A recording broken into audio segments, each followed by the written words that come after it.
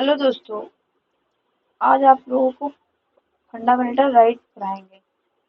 इसमें हम देखते हैं इम्पोर्टेंट क्या है। इसका पहला हम देखते हैं जो स्रोत है फंडामेंटल राइट का, वो अमेरिका से लिया गया है और ये भाग 3 में है। इसको संविधान का मैग्ना कार्टा कहा जाता है। महत्वपूर्ण जो संशोधन है, इसमें 44वां संविधान संशोधन 1978 में हुआ था, जो जनता पार्टी के सरकार में हुआ था। और इसमें संपत्ति के अधिकार को आर्टिकल 300 काम में भाग 12 में रख दिया गया था। पहले मूल संविधान में जो अधिकार है वो 7 थे, पर संपत्ति के अधिकार को हटाकर 300 काम में रख दिया गया, जिसकी वजह से अब जो वर्तमान में अधिकार है वो 6 रह गए हैं। और मुख्य जो फंडामेंटल राइट है उसको हम देखते हैं। समानता का जो अधिकार है वो 14 से 18 में दिया गया है। और जो स्वतंत्रता का अधिकार है वो 19 से 22 में है। सोशल का अधिकार 22 से 23 में है, 23 से 24 में है। और धार्मिक स्वतंत्रता का अधिकार 25 से 28 में है। सांस्कृतिक एवं शैक्षणिक 29 से 30 में है। संवैधानिक उपचारों का जो अधिकार है वो आर्टिकल 32 में दिया गया है। फिर हम मूल अधिकारों की विशेषताएं देखते हैं। इसकी प्रकृति नकारात्मक और सकारात्मक दोनों है, पर ज्यादातर यह नकारात्मकता की ओर झुका हुआ है। यह वादयोग्य, न्यायोचित और प्रवर्तनीय है। विशेष परिस्थितियों में निलंबित भी किए जा सकते हैं। जैसे आर्टिकल 352 लगा होने पर आर्टिकल 19 जो है अपने आप निलंबित हो जाता है। और यह बात लिखी गई है आर्टिकल 358 में। जब देश में आपातकाल लागू होता है तो भारत का जो राष्ट्रपति होता है वो सभी मूल अधिकारों को निलंबित कर सकता है। ये बात जो है वो आर्टिकल 359 में लिखी गई है। आर्टिकल 20 निलंबित आपातकाल लगा होने पर आर्टिकल 20 निलंबित नहीं होते हैं। इस बात को 44वां संविधान संशोधन 1978 में बताया गया था। मूल अधिकार जो है वो सीमित और अस्थायी दोनों हैं। कुछ मूल अधिकार हैं जो केवल भारतीयों को प्राप्त है, जिसमें आर्टिकल 15, 16, 19, 29, 30 और कुछ आर्टिकल हैं जो विदेशियों और भारतीयों दोनों को प्राप्त है, जिसमें 14, 20, 21 का, 22, 23, 24, 25, 26, 27, 28। कुछ मूल अधिकार हैं वो केवल राज्य के विरुद्ध प्राप्त हैं, 15 और 16। कुछ जो अधिकार है वो राज्य और निजी व्यक्तियों दोनों के लिए प्राप्त है, जो 17 है, 23 और 24 है। कुछ फंडामेंटल राइट हैं जो जिसमें दंड का प्रावधान है। जो आर्टिकल 17 है उसमें अस्पष्टता निवारण अधिनियम 1955 के तहत दंड का प्रावधान किया गया है। और जो फंडामेंटल राइट है वो राज्य के विरुद्ध नागरिकता के दावे हैं। फिर हम देखते हैं एक एक करके हम सारे आर्टिकल को देखेंगे। जिसमें आर्टिकल 12 है जिसमें राज्य की परिभाषा दी गई है, जिसमें संसद एवं संघ सरकार, राज्य विधानमंडल एवं राज्य सरकार, स्थानीय प्राधिकारी जैसे पंचायत, नगर पालिका आदि आते हैं।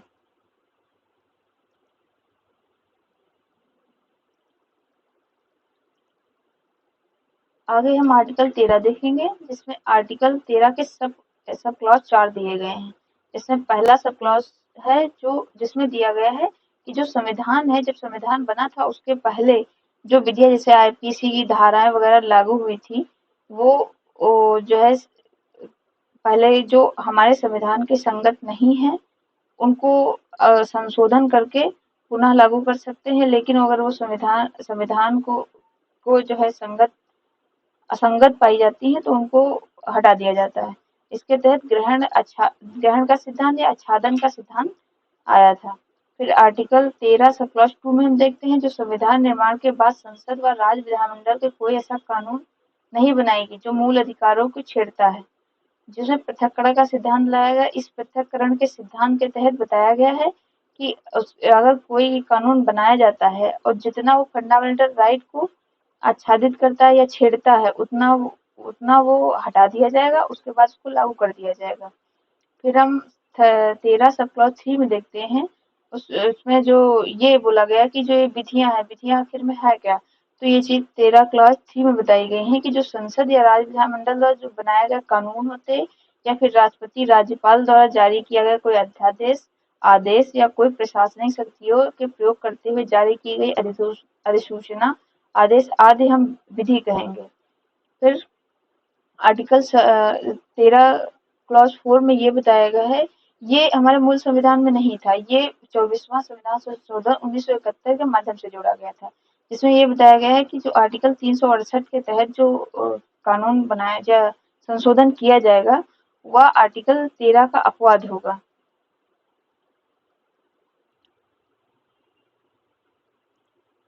अगला आर्टिकल हम देखते हैं, आर्टिकल 14। आर्टिकल 14 में ये बताया गया है कि कानून के समक्ष समानता। कानून इसकी सब क्लॉज 2 है, जिसमें पहले सब क्लॉज 1 में 14 क्लॉज सब क्लॉज 1 में बताया गया है जो इक्वलिटी बिफोर लॉ अर्थात विधियों के समक्ष समता।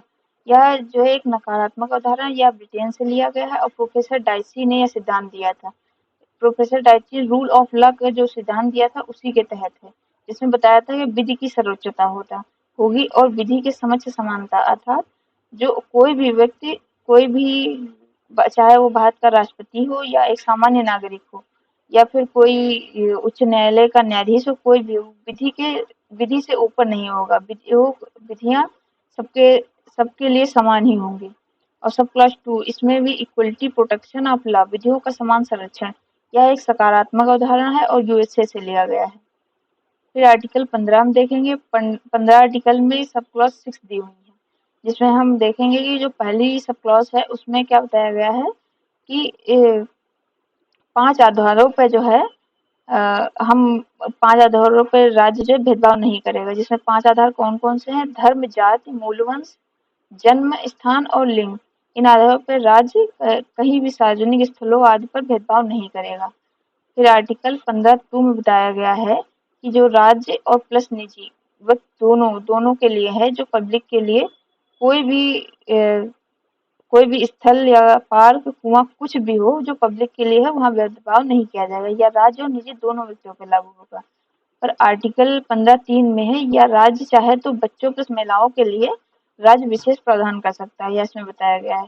फिर आर्टिकल 15(4) में बताया गया है, इसे कॉन्स्टिट्यूशन अमेंडमेंट 1951 में चंपकन दोराई राजन केस के बाद लाया गया था, जिसमें सामाजिक एवं शैक्षणिक वो पिछड़े लोग जो हैं इनको शिक्षित संस्थानों में छूट दी जाएगी। इसी के तहत हम पिछड़े वर्ग के लिए जो आरक्षण देते हैं, बैकलॉग की व्यवस्था की गई है। आर्टिकल 15(5) में 93 संविधान संशोधन 2005 में लाया गया है। इसमें उच्च शिक्षा संस्थानों में सामाजिक व शैक्षणिक उच्च शिक्षा संस्थानों में भेदभाव संस्थानों में छूट देने की बात की गई है, जिसे ओबीसी को 27% आरक्षण दिया गया है। फिर आर्टिकल 15(6) में बताया गया है कि 103वां संविधान संशोधन जो है उसके तहत ईवीएस जो आर्थिक सामान्य वर्ग के पिछड़े लोग हैं उनको 10% आरक्षण की व्यवस्था की गई है। फिर आर्टिकल 16 में यह बताया गया है, आर्टिकल 16 में कहा गया कि जो सार्वजनिक रोजगारों के मामले में अवसर की समानता होगी। इसमें सब क्लॉज 6 इसमें भी दिए गए हैं। इसमें सब क्लॉज 1 में बताया गया है कि रोजगार में सबको समान अवसर मिलेंगे। फिर 16(2) में बताया गया है कि 7 आधार पर सरकारी नौकरियों में राज्य भेदभाव नहीं करेगा। इसमें 7 आधार कौन से हैं? धर्म, जाति, मूलवंश, लिंग, जन्म स्थान, वंश क्रम, निवास स्थान। और सब क्लॉज 3 में बताया गया है कि संसद कानून बनाकर कुछ राज्यों के लिए विशेष प्रावधान कर सकती है। और सब क्लॉज 4 में बताया गया है जिनका सरकारी नौकरियों में पर्याप्त प्रतिनिधित्व नहीं है, साथ ही वह पिछड़े वर्ग से हैं, ऐसे लोगों को सरकारी नौकरियों में आरक्षण दिया जाएगा। फिर सब क्लॉज 5 में बताया गया है कि धार्मिक स्थलों में उस धर्म को मानने वाले लोगों के लिए कुछ विशेष प्रावधान किए जा सकते हैं। फिर 16(6) में बताया गया है कि 103वां संविधान संशोधन 2019 में किया गया था। इसमें बताया गया है कि ईवीएस को सरकारी नौकरी में 10% आरक्षण मिलेगा। यह इंदिरा साहनी केस से बाहर की बात होगी।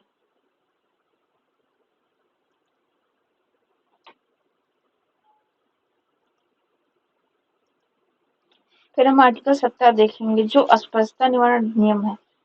जो अस्पष्टता का अंत ये बताया गया है कि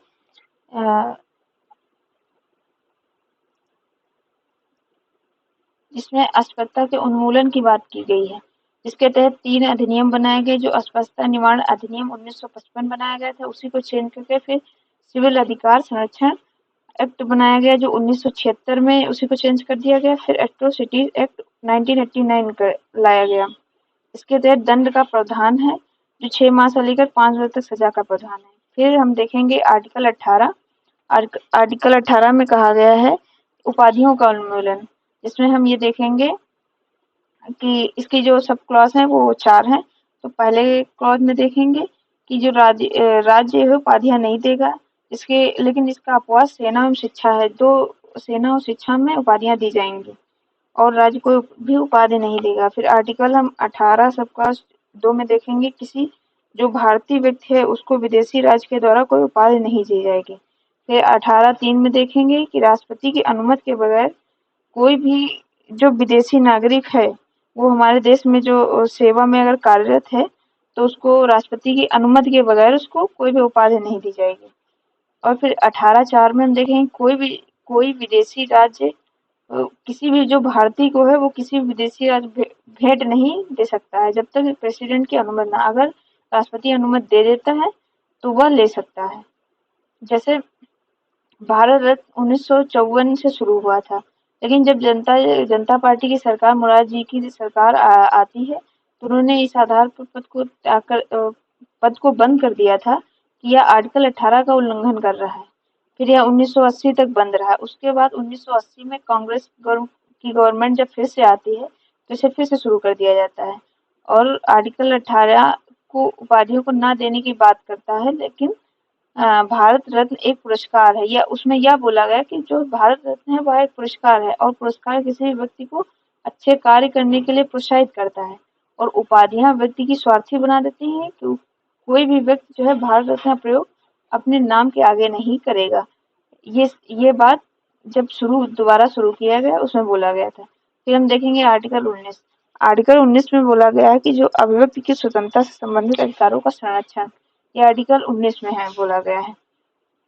हम देखते हैं कि मूल संविधान में 7 प्रकार की स्वतंत्रताएं थी, फिर वर्तमान में 6 प्रकार की स्वतंत्रता रह गई, जिसमें बोलने का अधिकार और हथियार रहित सम्मेलन का अधिकार, समूह या संगठन बनाने का अधिकार, भारत के भीतर कहीं आने जाने की स्वतंत्रता, कहीं भी निवास करने की स्वतंत्रता, अपने मन से व्यवसाय चुनने की स्वतंत्रता। और उसके बाद में हम देखते हैं कि जो प्रेस की स्वतंत्रता, इसमें प्रेस की भी स्वतंत्रता शामिल है, परंतु यह मूल संविधान में नहीं थी। 1985 में इंडियन एक्सप्रेस बनाम भारत संघ के इसी मामले में न्यायालय ने कहा कि प्रेस की जो स्वतंत्रता है वो बोलने की स्वतंत्रता में शामिल है और इसकी जो विशेषता है वह यह है कि यह केवल भारतीयों को प्राप्त है।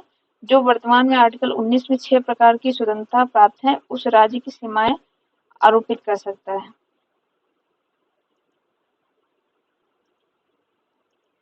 इसमें यह बताया गया है कि जो आर्टिकल 19 में 6 प्रकार की जो स्वतंत्रता है वो चाहे तो राज्य उसमें सीमा आरोपित कर सकता है। फिर आर्टिकल 19 में जो संशोधन किए गए हैं वो 44वें संविधान संशोधन के माध्यम से article sub clause 1 sub clause F में संपत्ति के अधिकार को हटा दिया गया है। फिर 97वें संविधान संशोधन के माध्यम से 2011 में आर्टिकल 19(1) का सब क्लॉज सी में सहकारी समितियों की स्थापना करना मौलिक अधिकार बना दिया गया था। फिर आर्टिकल 20 हम देखेंगे। आर्टिकल 20 है अपराधों के दोष सिद्धि के संरक्षण, जिसमें 3 सब क्लॉज दी हुई है। इसमें 20(1) में है किसी भी व्यक्ति को अपराधी तब तक नहीं बनाया जाएगा जब तक उसके द्वारा किया गया कार्य अपराध की श्रेणी में न आए। फिर 20(2) में कहा गया है किसी भी व्यक्ति को एक अपराध के लिए एक बार में दंड एक अपराध के लिए केवल एक ही बार दंड दिया जाएगा। दोहरे दंड से सुरक्षा की बात की गई है इसमें।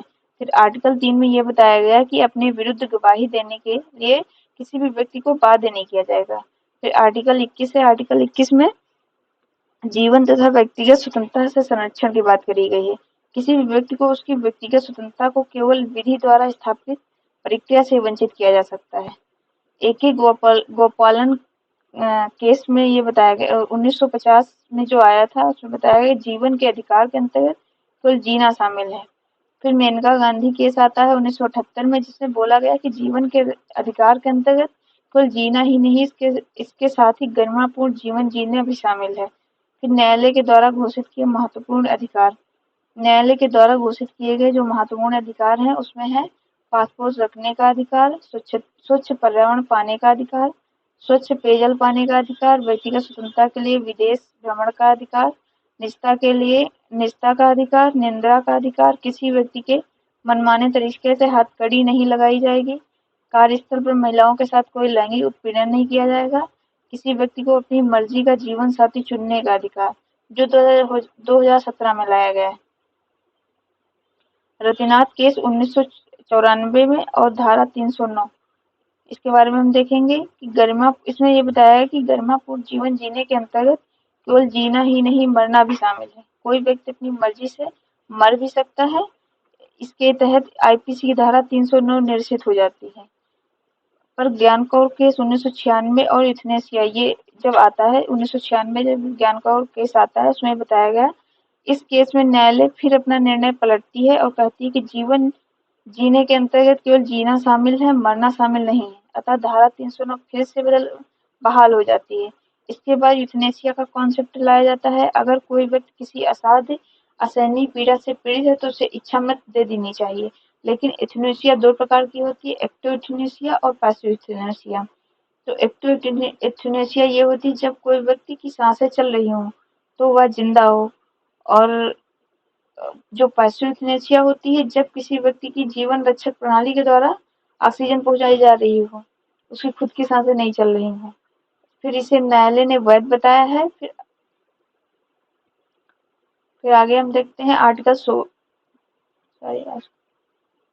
आर्टिकल 21 का जो है वो 46वां संविधान संशोधन 2002 द्वारा जोड़ा गया था, जिसमें हम देखेंगे 21 का में ये बताया गया है कि 6 से 14 वर्ष तक के जो बच्चे हैं वो निःशुल्क शिक्षा प्राप्त करने का उनका फंडामेंटल राइट होगा। और उसके बाद में जब ये 21वां संविधान संशोधन लाया जाता है तो उसके साथ ही आर्टिकल 45 में भी संशोधन कर दिया जाता है, जिसमें पहले लिखा हुआ था कि 6 से 14 वर्ष तक के जो बच्चे हैं वो निःशुल्क शिक्षा सरकार उन्हें प्राप्त कराएगी। लेकिन 46वें संविधान संशोधन द्वारा इसे चेंज करके 6 वर्ष तक के बच्चों के उनके पालन पोषण की जिम्मेदारी सरकार की होगी, यह बताया गया है। फिर 11वां मूल कर्तव्य भी इसके साथ ही 11वां मूल कर्तव्य जोड़ा गया है। इसमें यह बताया गया है कि 6 से 14 वर्ष तक के जो बच्चे हैं में शिक्षा का उचित माहौल देना उनके प्रत्येक अभिभावक की जिम्मेदारी होगी। अगला आर्टिकल है आर्टिकल 22। आर्टिकल 22 में यह लिखा है कि कुछ मामलों से गिरफ्तारी तथा निरुद्धता से संरक्षण, जिसमें 3 सब क्लॉज हैं। इसमें हम देखेंगे, पहला है गिरफ्तार किए गए व्यक्ति को गिरफ्तारी का कारण बताया जाएगा। फिर 22(2) में बताया गया है कि गिरफ्तार व्यक्ति को 24 घंटे के भीतर न्यायालय के सामने प्रस्तुत किया जाएगा। फिर 22(3) में बताया गया है कि जो गिरफ्तार व्यक्ति है वो अपनी मर्जी से वकील रखने का उसे अधिकार होगा।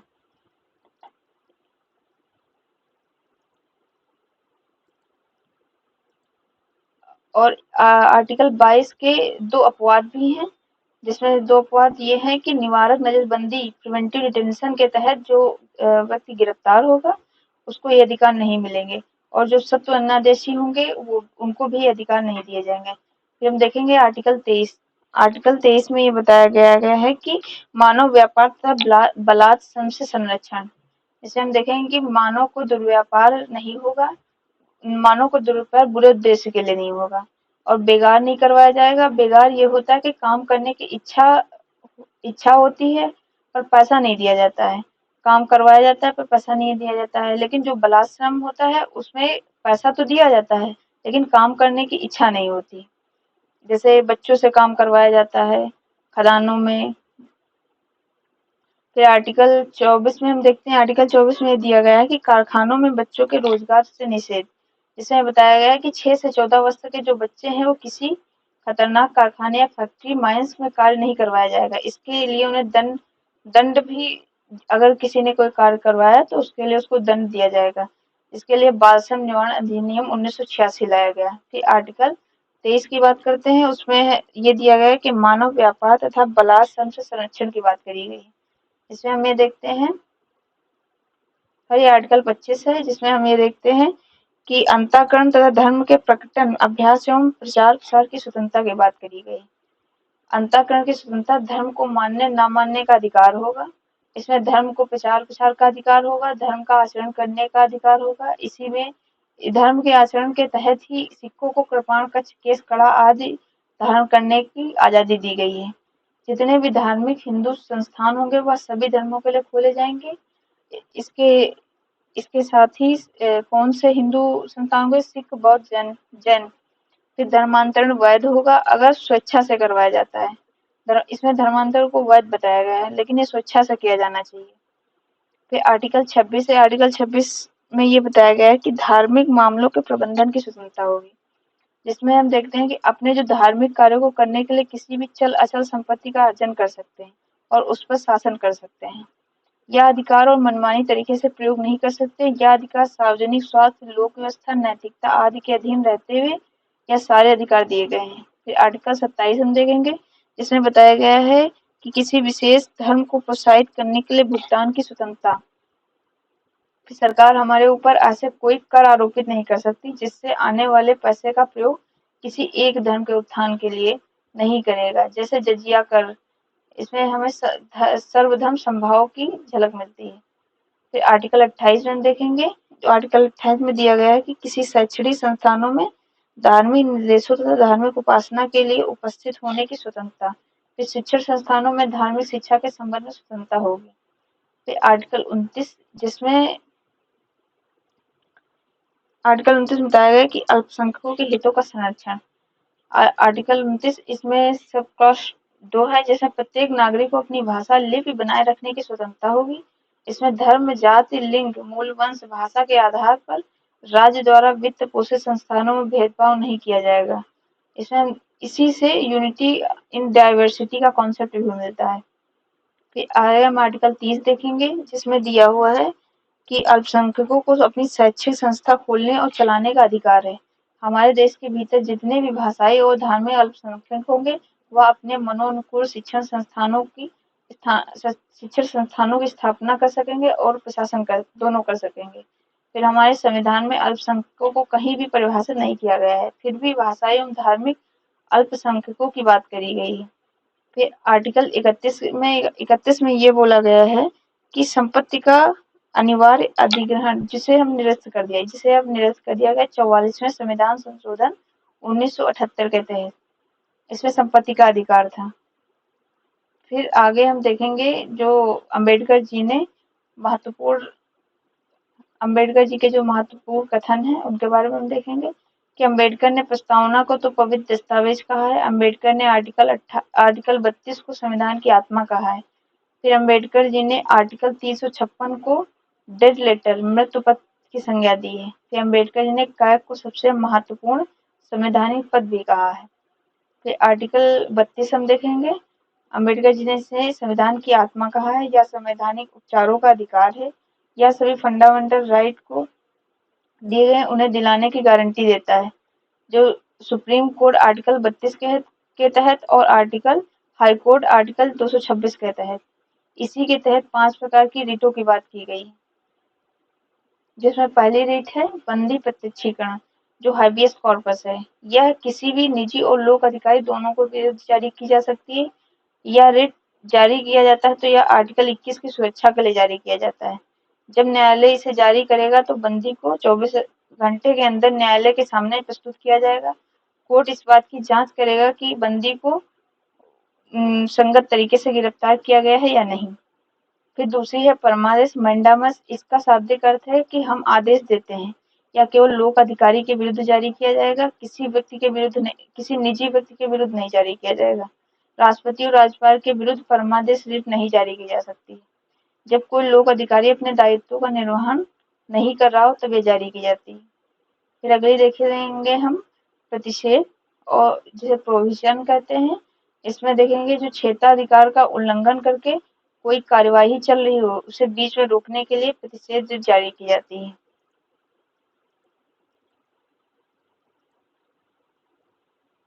और यह जो रिट है वह न्यायिक और अर्धन्यायिक संस्था के द्वारा लागू की जाती है।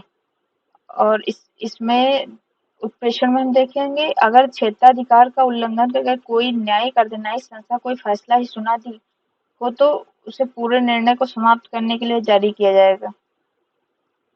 और इसमें इन दोनों में जो समानता है वह यह है कि दोनों रिट किसी विधायिका या कार्यपालिका के विरुद्ध न जारी होकर किसी न्यायिक या अर्धन्यायिक संस्था के विरुद्ध जारी होती है, या दोनों क्षेत्राधिकार के उल्लंघन के विरुद्ध जारी किए जाते हैं।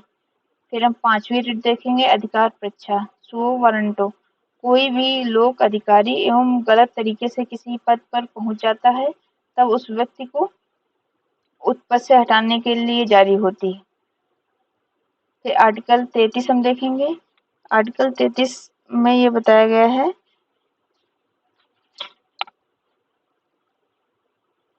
इस भाग द्वारा प्रदान किए गए अधिकारों को संशोधित करने की संसद की शक्ति।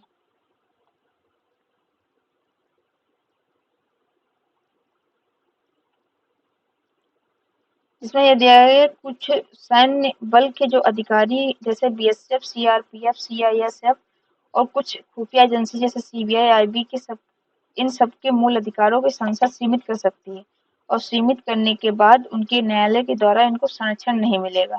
फिर आर्टिकल 34 है। आर्टिकल 34 में ये बताया गया है कि इस भाग द्वारा प्रदत्त उन सभी स्थितियों में रोक जबकि किसी स्थान पर सैन्य शासन लगा हो, अर्थात जब कभी भी देश के भीतर सेना का कानून मार्शल लॉ लगा हो लागू हो, वहां पर केवल सैन्य बल के अधिकारों को ही नहीं बल्कि हमारे मूल अधिकारों को सीमित किया जा सकता है। फिर आर्टिकल 35 में बताया गया कि जो संसद ने जो फंडामेंटल राइट दिए गए हैं उनको प्रभावी बनाने के लिए इसके संबंध में दंड का प्रावधान करने के लिए संसद कानून बना सकती है।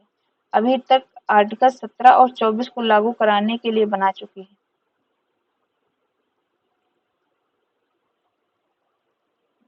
दोस्तों आज हम लोग का फंडामेंटल राइट कंप्लीट हो गया है। फिर अगला टॉपिक हम अगले वीडियो में देखेंगे। Thank you.